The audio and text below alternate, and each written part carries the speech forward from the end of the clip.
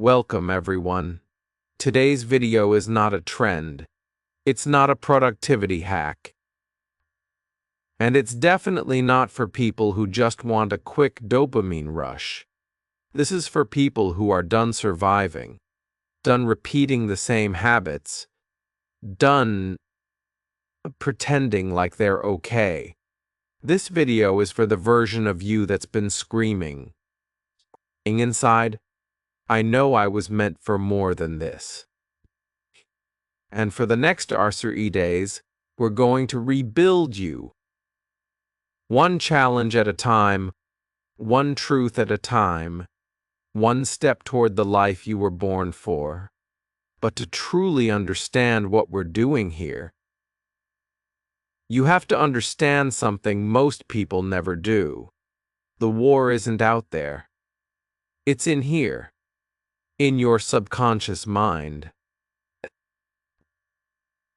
Nikola Tesla once said, if you want to understand the secrets of the universe, think in terms of energy, frequency, and vibration. But what he didn't say is this: you are a frequency machine, and the settings were programmed by your past, by your trauma, by your parents, by your fears, by every time someone told you, don't try too hard. You're not good enough.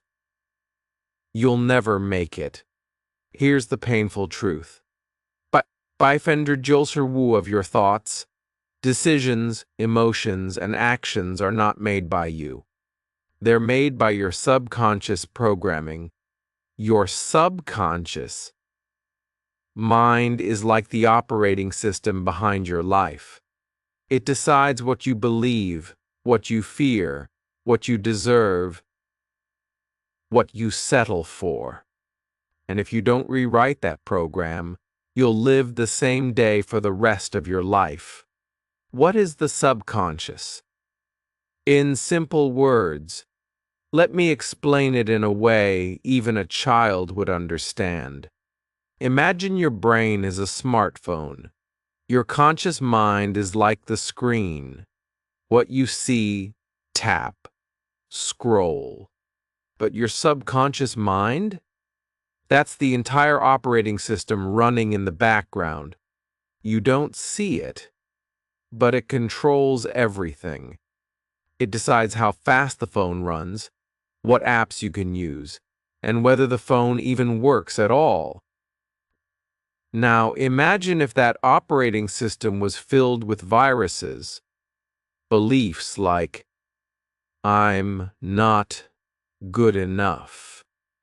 I always mess things up. People like me never succeed. And then you wonder why you fail, why you're stuck, why motivation never lasts. It's not your fault. It's your programming. And it's time to uninstall it. That's what these RCE days are for. This isn't a challenge. It's a reconstruction. A deep rewiring of who you are, what you believe, and how you live. So today, challenge 1. Identify your limiting beliefs, Inc. Before you build a new life, destroy the lies that control it. Let me ask you something powerful. What lies have you been calling truth your whole life? Because the truth is, you don't need to be more productive. You need to stop being poisoned. You can't pour fresh water into a cup filled with acid. So today, before you set goals or build habits, we clean the mental cup. What to do? Sit down with a blank page. Write 3 limiting beliefs that come up when you think about your future. Some examples. I'm too old to change. I'll never be consistent. I always ruin everything. Be brutally honest. These are not affirmations. These are the lies you've been programmed with. Now, for each one, flip it. Turn that belief into its opposite truth. I'm too old to change. Wooders. This is the perfect time to become who I was always meant to be. I always ruin everything. News I've made mistakes, but I learn fast and grow stronger. I'll never be consistent. I can become consistent because I now understand what blocked me. Speak these new beliefs out loud. Your subconscious doesn't respond to wishes. It responds to repetition. Say it every day, out loud. Like you mean it. Let's take Anna, a century-year-old woman who wants to become a speaker. Her beliefs: nobody will listen to me. I don't speak good English. I'm too shy. She flips them. My voice matters. I will connect with the right people. I can learn English fluently, one day at a time. My shyness is not a weakness. It's my quiet strength. She writes them, speaks them, lives them. And 6 months later, she speaks on her first podcast. Why? Because she didn't just change her words. She changed her program. She changed her beliefs, and beliefs control your life.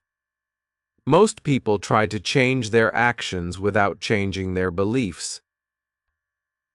It's like trying to build a mansion on top of broken ground.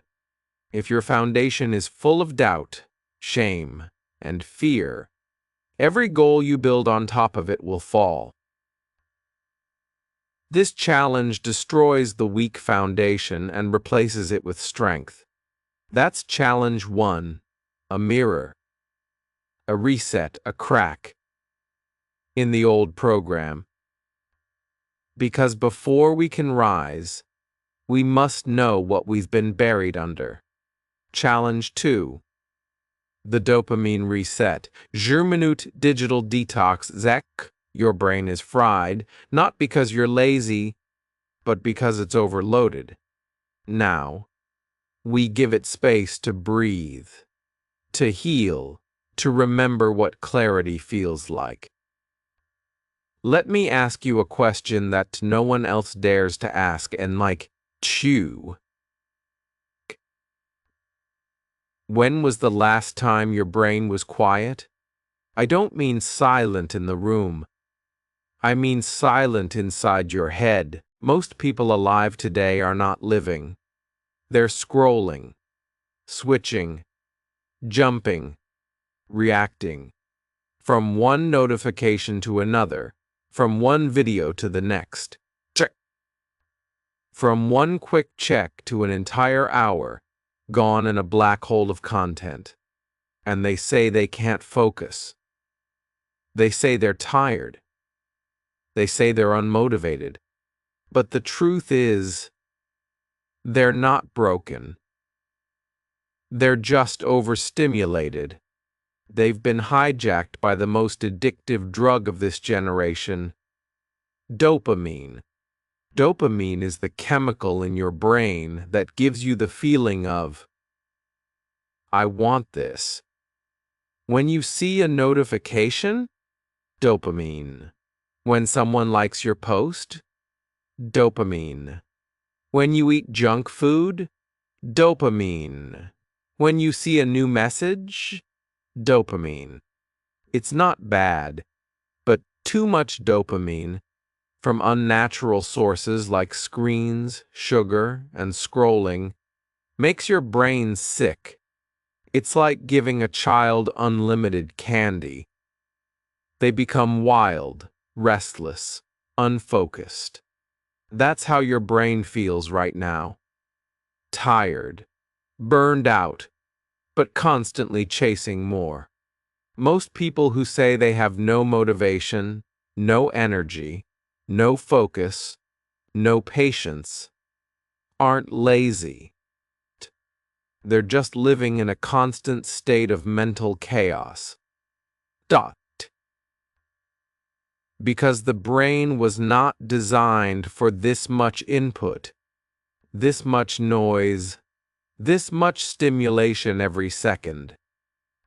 You were not meant to check Shuqi apps before brushing your teeth. You were not meant to scroll past Ling faces before lunchtime. You were not meant to see news, war, gossip, jokes, and lies, all in 5 minutes. That's not laziness. That's neurochemical burnout. So today, we begin the healing. Challenge 2, 5-minute digital detox. Greater than shears minutes. No phone, no screen, no scroll. Just silence. Not for punishment, but for recovery. How to do it? Find a place with no distractions. No TV, no laptop, no phone. Set a timer for 2 minutes. Put your phone in another room. Turn it off if needed. Sit or walk in silence. That's it. Don't try to meditate. Don't do anything. Just notice what happens inside you. How uncomfortable it feels at first. How you keep reaching for your phone mentally. How your thoughts bounce around. Let them. Observe them. And let your brain begin to exhale. Do this challenge once today. But understand this 2 minutes is not about silence. It's about power, or to reclaim your mind. Because if you cannot sit with your own thoughts for sheer minutes, oh, how will you ever trust them for a lifetime? This is the beginning of retraining your brain to feel peace without noise, to feel joy without distraction, to feel joy without, to feel alive without checking a screen, and that is rare. In a world full of stimulation addicts, this is rebellion. And in rebellion, you find freedom. Let me tell you about Leo, a 36-year-old man trying to become a writer. He was frustrated every time he tried to write. He got distracted, bored, restless. He thought something was wrong with him, until he realized he could. He even sit still for 5 minutes without reaching for his phone. He did this 2-minute detox every day for 6 days. And something strange happened. At first, he felt anxious, then bored, then calm. Then, suddenly, ideas started flowing. He wrote 2 full chapters in one sitting. Why? Because his brain was no longer begging for escape. It had finally come home to itself. Silence is uncomfortable, but only for people who are running from their own mind. Most people can't be alone with their thoughts because they've been suppressing pain for too long. The phone is a shield. The scrolling is an escape. But healing doesn't happen is an escape. But healing doesn't happen through escape. It happens through attention. It happens through attention.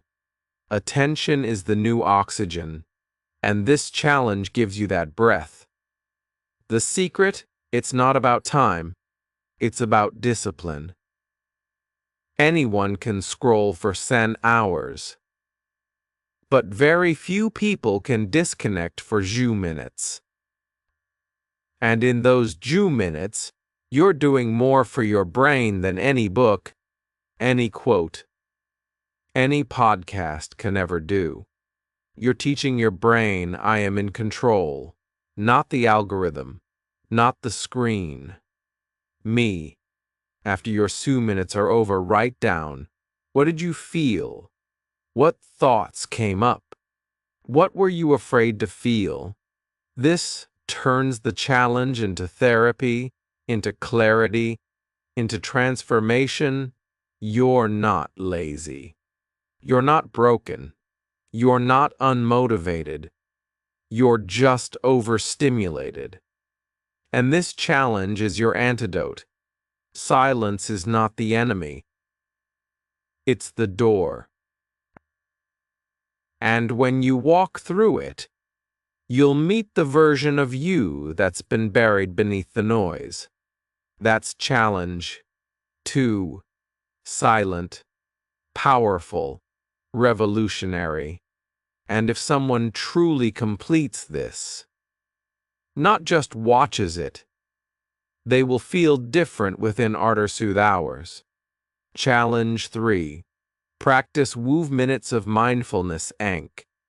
You've been stuck in the past, anxious about the future. Come back to now. Woo minutes. No judgment. Just presence. This is not about peace. This is about power. Let's be honest. Most people don't live in the present moment. They live in two places. And both are prisons. One, the past, regret, shame. I should have. I could have. Why did I? 2, the future. Fear, anxiety. What if I fail? What if they leave me? What if I never change? But nowhere in that story do they live in the one place that actually matters. Here. Now. This breath. This second. This moment. The moment you're reading these words, you're alive, but are you actually here? Or are you lost in some thought about yesterday? Or minutes from now? This is the core problem of the human mind. We're always somewhere else. And if you live in your head, you will die in your life. Mindfulness is not just for monks. It's not a calm activity. It's not about flowers and waterfalls. Mindfulness is a weapon, a way to take control back from your chaotic brain. When you learn how to sit in the present moment, you stop being a puppet to your fears. You stop being pulled into storms that no longer exist. Because when you're present, there is no fear. There is no shame. There is only awareness. And awareness is the beginning of all transformation. Imagine your thoughts are like clouds moving across the sky. Some are dark, some are light. Some move fast, some slow. Mindfulness is not chasing those clouds. It's sitting on the ground, looking at the sky, and saying, "That's just a thought. I don't have to follow it. That's just a memory. I don't have to relive it. That's just anxiety. I don't have to believe it." Mindfulness is learning to watch the storm without becoming it. And once you learn that skill, you become unshakable. Don't do it to feel better. Do it to wake up. How to do it? Set a timer for Woo minutes. That's it. Just 5. Sit comfortably. No need to cross legs or look fancy. Just sit. Close your eyes. Take a slow, deep breath. Focus only on your breath. Feel the air enter your nose. Feel it move through your chest. Feel it leave your body. Repeat. Thoughts will come. They might scream. They might distract. That's okay. That's normal. Here's the key. Don't fight the thought. Don't judge yourself. Just say, "That's a thought," and return to your breath. Keep coming back. That's the practice. That's the power. Let me tell you about Elena, a 6-year-old single mother of 2. Every night, she would lie in bed with her heart racing, worries about bills, Mengen, Nikes, her kids, her job, her body, her future. She started doing this 5-minute practice. The first Sundays, she cried. She felt overwhelmed. Her mind was loud like a storm. But something strange happened on day 4.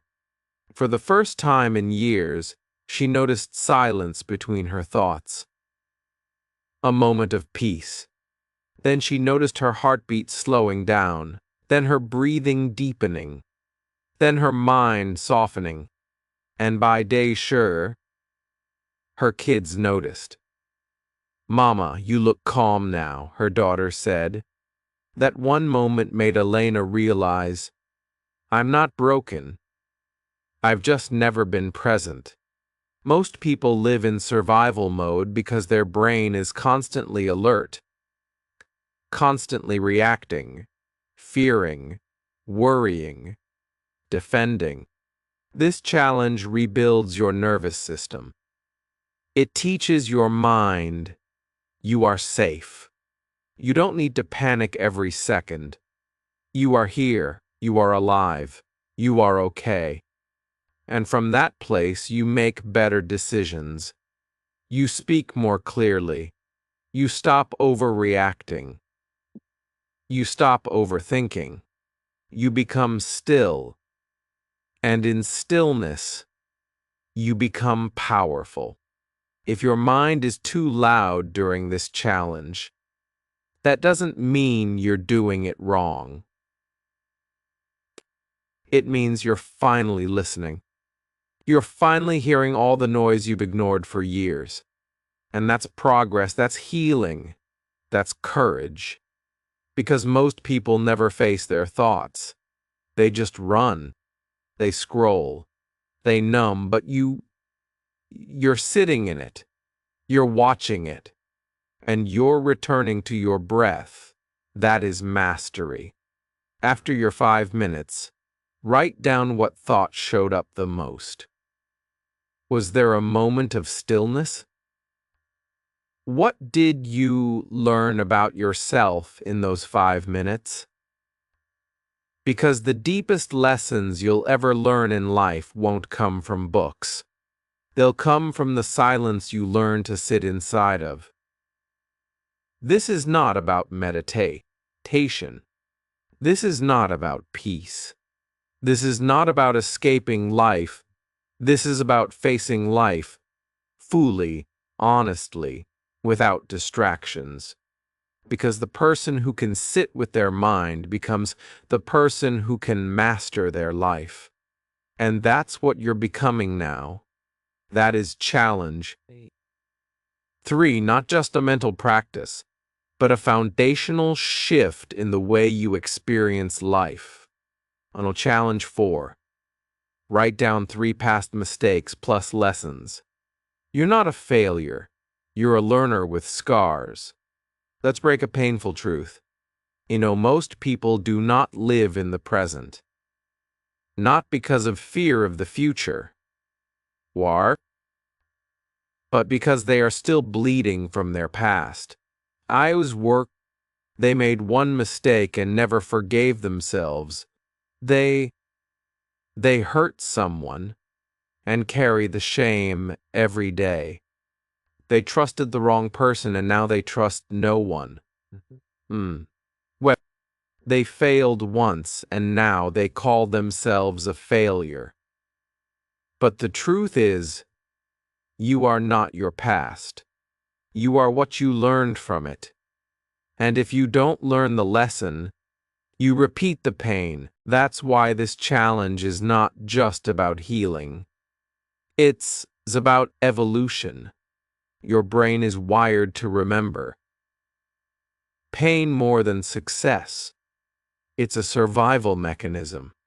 But when you don't process that pain, it becomes your identity. You stop taking chances. You stop opening your heart. You stop trusting yourself. So today, we take your worst moments and turn them into the fuel that builds your future. Regret is just wisdom trapped in pain. Let's free it. What to do? Take a pen and paper. Write down 3 things you deeply regret: a mistake, a choice, a lie, a missed chance. Something you never forgave yourself for. For each one, ask yourself, what did this teach me? What did I learn about people, life, and myself? How has this made me wiser, stronger, more aware? Then write this sentence: I made this mistake. I am not this mistake. I carry the lesson. I release the shame, read it out loud. Let me tell you about Daniel, 19 years old. He cheated on his final exam. He was caught. He lost his scholarship. His parents were ashamed. His teachers called him a disgrace. For 2 years, he stopped believing in himself. He worked small jobs. He avoided old friends. Every time he saw a student in a uniform, he looked away, until one day, he wrote about it. He wrote exactly what happened. He wrote how much he hated himself. And then he asked himself, what did this teach me? His answer shocked him. I didn't cheat because I was evil. I cheated because I was scared. I didn't believe in myself. And I let fear make the decision for me. That one truth saved his life. He applied again to university. He wrote about that failure in his entrance essay. They accepted him because he stopped hiding the mistake. He used it as proof of growth. Most people think their past ruins them, but in reality, their relationship with the past is what destroys them. Your mistake didn't kill you, but your self-hatred might. So today we do something very few people ever do. We honor the past and then let it go. Because healing isn't forgetting. Healing is remembering without pain. Call or message someone you hurt. Say one sentence. I'm not who I used to be, and I'm sorry for how I acted. Not for them. For your freedom. You don't need their forgiveness. You just need to be free from the shame. The reason people repeat the same pain is because they never gave it a purpose. Your pain has meaning. Your scars are your story. But you cannot carry them forever. So today, we transform them into wisdom. Because the world doesn't need more perfect people. It needs more healed people who own their story. And now, you are becoming one of them. Challenge 5. Visualize your dream life. If you can see it, your brain can believe it, and your habits will follow. Most people live their entire life without ever asking, what do I actually want? Not what society says. Not what your parents wanted. Not what your friends are doing. But you. Your life. Your truth. Because if you don't know where you're going, your habits will take you nowhere. The brain needs a destination. That's how it works. And this challenge gives it one. Your brain doesn't know the difference between imagination and reality. That's why you cry during movies. You know? That's why you feel fear from a memory. So when you visualize your dream life, clearly, emotionally, deeply, your brain starts building belief systems around it.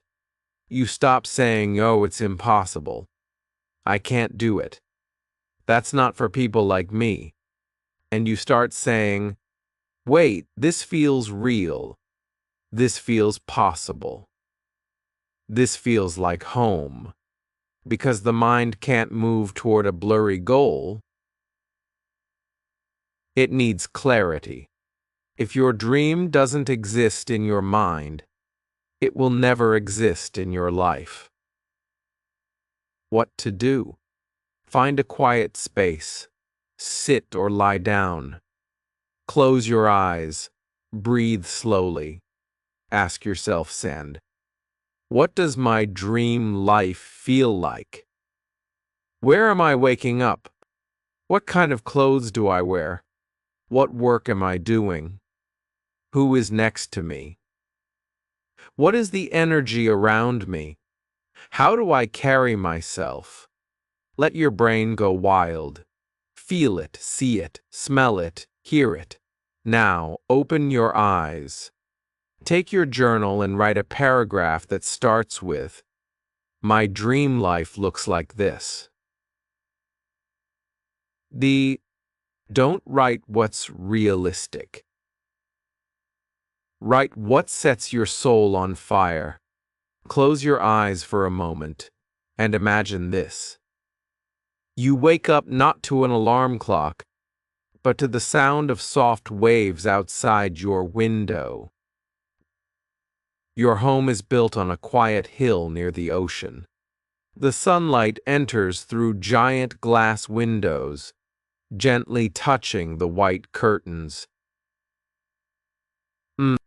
You stretch your arms and smile, not because it's a weekend, but because every day of your life now feels like one. You walk barefoot on the wooden floor of your dream house. Warm, peaceful, calm.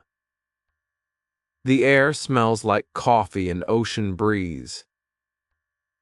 Your kitchen. It's modern, spotless, filled with your favorite foods, colors, and a small coffee bar you always wanted. There's an open bookshelf in the living room, filled with books that once changed your life. Now they sit like trophies. Every room in the house tells a story. The art on the walls isn't expensive. It's meaningful. It reminds you how far you've come. Your work desk overlooks the sea. You no longer work to survive. You work to create, to inspire, to enjoy. You walk into the backyard. There's a small garden you planted, a tree with a bench under it. A journal waits on that bench. You sit, you write, you feel alive. You no longer chase peace. You live inside it. This isn't just a house. This is your dream life. Use this kind of vision, detailed, emotional, real, to guide your daily actions. Don't just say, "I want a better life." See it, feel it, hear it, smell it, taste it. Write down your dream life in full detail. Your home, your mornings, your food, your work, your health, your energy, your relationships, your peace. Keep this vision in your journal, on your wall, or inside your heart, and let it pull you forward every single day. Because when you can visualize it clearly, you start living it powerfully.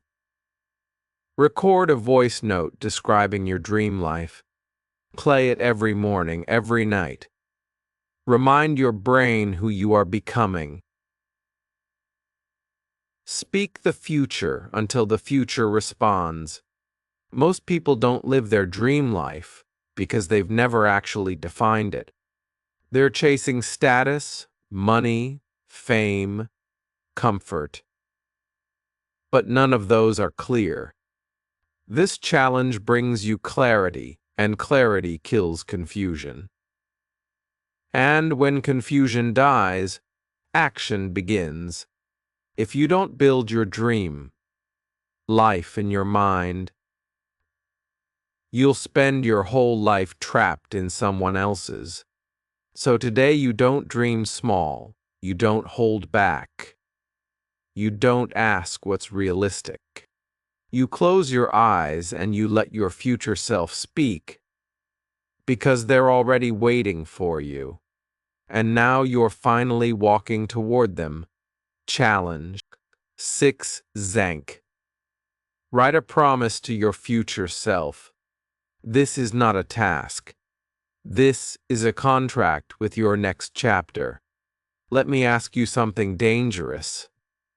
What do you owe to your future self? Not to your family, not to your followers, not to society, but to you.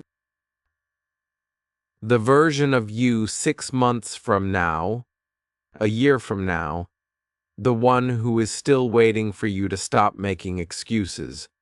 You see, we make promises to everyone else. I'll be there. I'll call you. I'll do my best. But the one person we break promises to the most is ourselves. And that's why your self-worth is low. Because your subconscious remembers every time you said, "Tomorrow I'll start. This is the last time. Next month I'll be better." And you didn't. You didn't lie to the world. You lied to yourself. That's why this challenge isn't about writing a goal. It's about rebuilding trust with the most important person in your life. The subconscious mind doesn't care about motivation. It only responds to evidence. Every time you break your word to yourself, you give your brain proof that you are not serious, not consistent, not worthy of trust. And that belief destroys your ability to take action. But when you make a promise and honor it, something magical happens. Your subconscious begins to believe, maybe we can change. Maybe we are becoming something new. And from belief comes momentum, not a wish, not a dream, a vow. Something sacred. Something non-negotiable. How to do it? Close your eyes. Visualize your future self. 6 months or 1 year from now. Where are they standing? What do they look like? What energy do they carry? What have they survived? Ask this version of yourself. What do you need from me today? What habits, decisions, and courage do I owe you? Now, write this sentence from this day forward, I promise myself. Speak it out loud, slowly, emotionally. Not like a quote, like a declaration, like a spiritual contract. Write this promise somewhere visible, on your wall, on your mirror, in your phone. Read it every single day until your soul believes it. Let me tell you about Andre, a century-year-old man who used to weigh kilograms. He was bullied his entire childhood. Every year he promised himself, next year, I'll lose weight. But he never did. Because it was always a goal, never a vow. One night, after binge eating alone, crying in his room, he stood in front of the mirror and whispered, "From this day forward, I promise myself, I will never abandon my health again." He didn't say, I'll lose Sansers kilograms. He didn't say, I'll go to the gym. He made a vow to stop abandoning himself. That promise changed his life. Not because of the weight, but because for the first time, he felt like a man he could trust. This challenge makes your transformation personal. It's no longer about likes, goals, or results. It's about integrity, the silent power of being someone who does what they say, even when it's hard, even when you're tired, because one day, your future self will look back and say, thank you for not giving up on me when it was easier to stay broken. Don't write a big list. Don't try to be perfect. Just write one promise that feels so true, so sacred, so powerful, that breaking it would feel like betraying your soul. That is how you change your identity. One vow at a time, one commitment at a time, one decision that echoes into your future. And from this day forward, you are no longer a maybe. You are a promise in motion. Challenge 7. Clean one physical space around you. Your outer world reflects your inner world. Let's take back control, one corner at a time. This is not a cleaning task. This is not about organizing your life like a productivity guru. This is about one thing: control. When life feels heavy, when your mind feels scattered, when nothing seems to make sense, the one thing you can take back is your environment. You can't fix your past today. You can't fix the economy. You can't fix other people. But you can clean the drawer beside your bed. You can fold the clothes on your chair. You can make your bed like you're preparing for war. And that simple act tells your brain, I am not helpless. I am not stuck. I am in charge of my world. Even if it's just this one shelf, your brain is constantly taking signals from your environment. Cluttered room equals overwhelmed mind. Dirty kitchen equals delayed decisions. Messy closet. But when you clean even one small corner, you activate a part of your brain that says, I'm surviving. I am building. I am restoring. I am coming back to life. Not for beauty, for power. How to do it? Pick one small area that feels messy, heavy, chaotic. Examples: your desk, one drawer, your bed, a corner of your room, one shelf in your kitchen.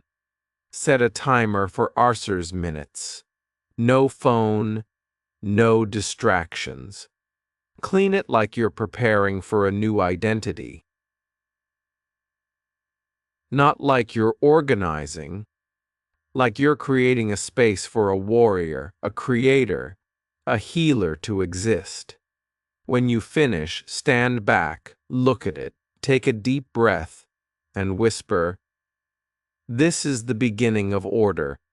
This is the space for the next version of me. Last year, I was depressed. Not the kind of depression people post about, the silent kind, the invisible kind. I couldn't focus. I stopped believing in myself. My room was a disaster. Clothes everywhere. Books stacked like bricks. Bottles, wrappers, dust. It looked like I had given up. And maybe I had. One night, I looked around. I asked myself, if someone walked into this room right now, what would they learn about me? The answer broke my heart. They would see pain, chaos, and no hope. So, I stood up. It was R, Sir C.A. M. No music, no phone, just me and the mess I had created. I started with the floor, then the table, then the shelves. I didn't know it then, but I wasn't just cleaning my room. I was cleaning my sadness, my pain, my stuck energy. As the sun came up, my room looked different. But more importantly, I looked different. I felt powerful again. I had proof I can change something. I can take control. I am not my chaos. I am not my past. That day taught me something I'll never forget. When life feels too big to fix, start small. Start with your desk, your bed, your bag, anything. Because when you clean one physical space, you send your brain a message. We are not done. We are not broken. We are just beginning again. This is not about tidiness. This is about identity. It's about rewriting the story of your environment. So your environment can support your growth. Because your surroundings are not just background. They are signals. And today we make sure those signals say, a powerful person lives here. A person with direction. A person who respects their space because they respect their future. You don't need to clean your whole life in one day. You just need to start. Pick one space. Clean it with pride. And let that space become the symbol of a new era. Because once you control your environment, you start believing you can control your destiny. And that belief is the first step to becoming unstoppable. Final challenge. Forgive someone who hurt you. You cannot become your future self if your soul is still chained to old pain. Today, we cut the rope. You can do everything right. You can meditate, clean your room, visualize your dream life, write your promises, fix your habits. But if deep inside, you are still holding on to anger, bitterness, pain, or resentment, you're still a prisoner. Not of others, but of your own heart. Because forgiveness is not about them. It's about you, your freedom, your healing, your ability to finally move forward. And most people never move forward because they never truly let go. Rod. Let's be very clear. Forgiveness does not mean that what they did was okay. That you forget the pain, that you allow them back in your life, or that they win and you lose. No. Forgiveness means, I will no longer let this pain poison me. I will no longer carry this person's mistake inside my body. I deserve peace. I deserve freedom, and I'm choosing it now, even if they never apologize. Forgiveness is not weakness. It is the highest form of strength. It's saying, you no longer have access to my nervous system. You no longer control my emotions. You no longer get to live in my head. Rent-free. Forgiveness is not a gift to them. It is a release for you. You've carried this long enough. It's time to let go. How to do it? Close your eyes. Breathe deeply. Go back to the moment, the wound, the betrayal, the lie. Let your mind bring up the person you've still not forgiven. Feel it. Don't fight it. Let yourself feel the disappointment, the anger, the tears, the betrayal, the helplessness. Let it rise. Now whisper or write these words. You hurt me. You betrayed my trust. You left a scar I never deserved. But today I set myself free. I forgive you. Not because you deserve it, but because I do. I deserve peace. I deserve joy. I deserve a future that is not held hostage by the past. So, I let go. Not for you, but for me. Now, take a deep breath. Exhale. Say it again slowly, meaningfully. I forgive you, and I free myself. Optional. Write a letter to them, but don't send it. Write everything you ever wanted to say. Let it pour out. Then tear the page or burn it. Symbolically release it. Imagine this. You're holding a burning piece of coal tightly in your hand. Your hand is in pain. It's turning red, blistering. But you refuse to let it go. You say, "This coal represents what they did to me. This is my proof that I was hurt. I will hold it until they understand how much they hurt me. But here's the truth. They don't feel the burn. You do. Every second you hold that pain, it's only burning you. It doesn't punish them. It only destroys your peace. Now imagine this. You finally open your hand and let that coal fall. You feel the pain still there, but it slowly starts to heal. The wound breathes. The fire is gone. And for the first time, you are free. The lesson. Forgiveness is not saying it didn't hurt. It's saying, I'm done letting it burn me every day. You don't forgive because they deserve peace. You forgive because you do. What happens when you don't forgive? If you don't forgive, you start carrying bitterness in your voice, tension in your body, distrust in your relationships, walls around your heart, anxiety in your dreams, cynicism in your words. And over time, that weight turns into a life you didn't choose.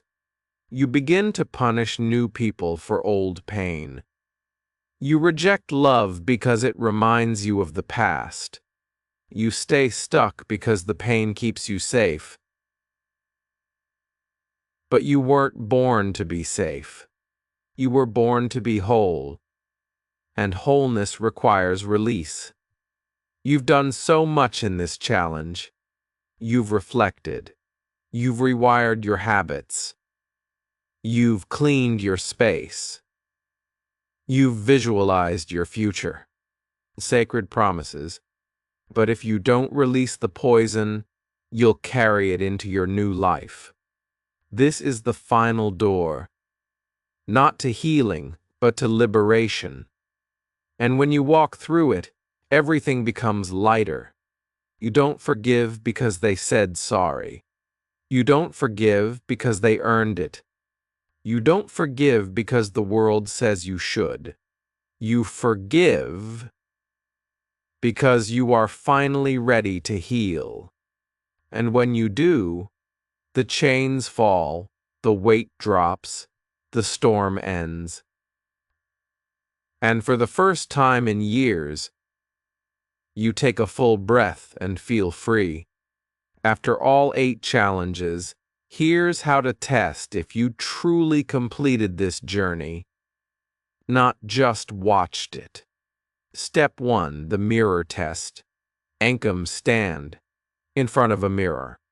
Look yourself in the eyes and ask, did I show up for myself with full honesty, full emotion, and full presence?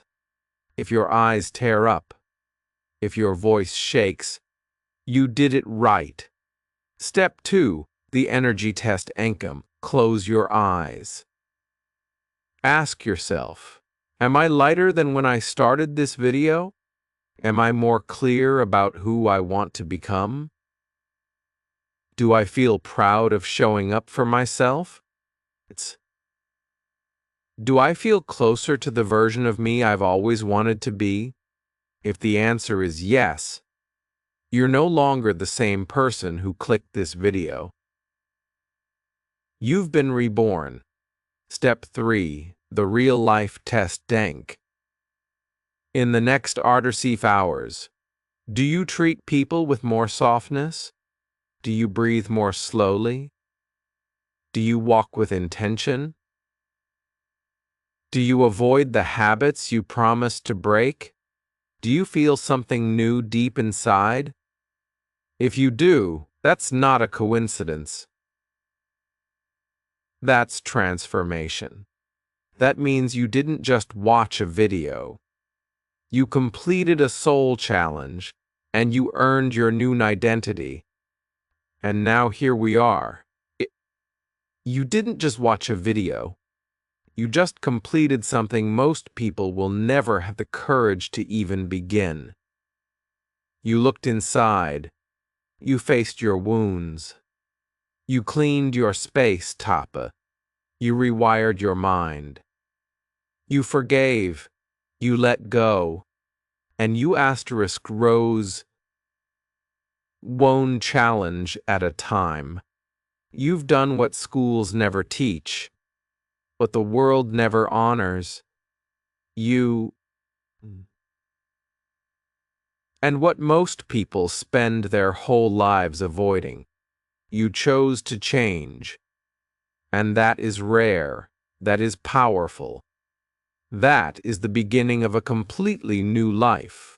Because if you can do these 8 challenges with honesty, with emotion, with full heart, there is nothing in this world you can't become.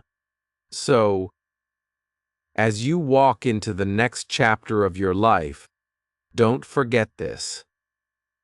Your past does not define you. Your fears do not own you. And your future is not written yet. Because today, you became the author. Subscribe, because this channel is not about noise. It's about truth. It's about healing. It's about transformation. And you are now part of something bigger than a video. You are part of a movement. A place where broken people become powerful again. So hit that subscribe button, because this is just the beginning. Thank you for being here. Thank you for being brave. Ian, from the bottom of my heart. God bless you on your journey. I'll see you in the next chapter. Road.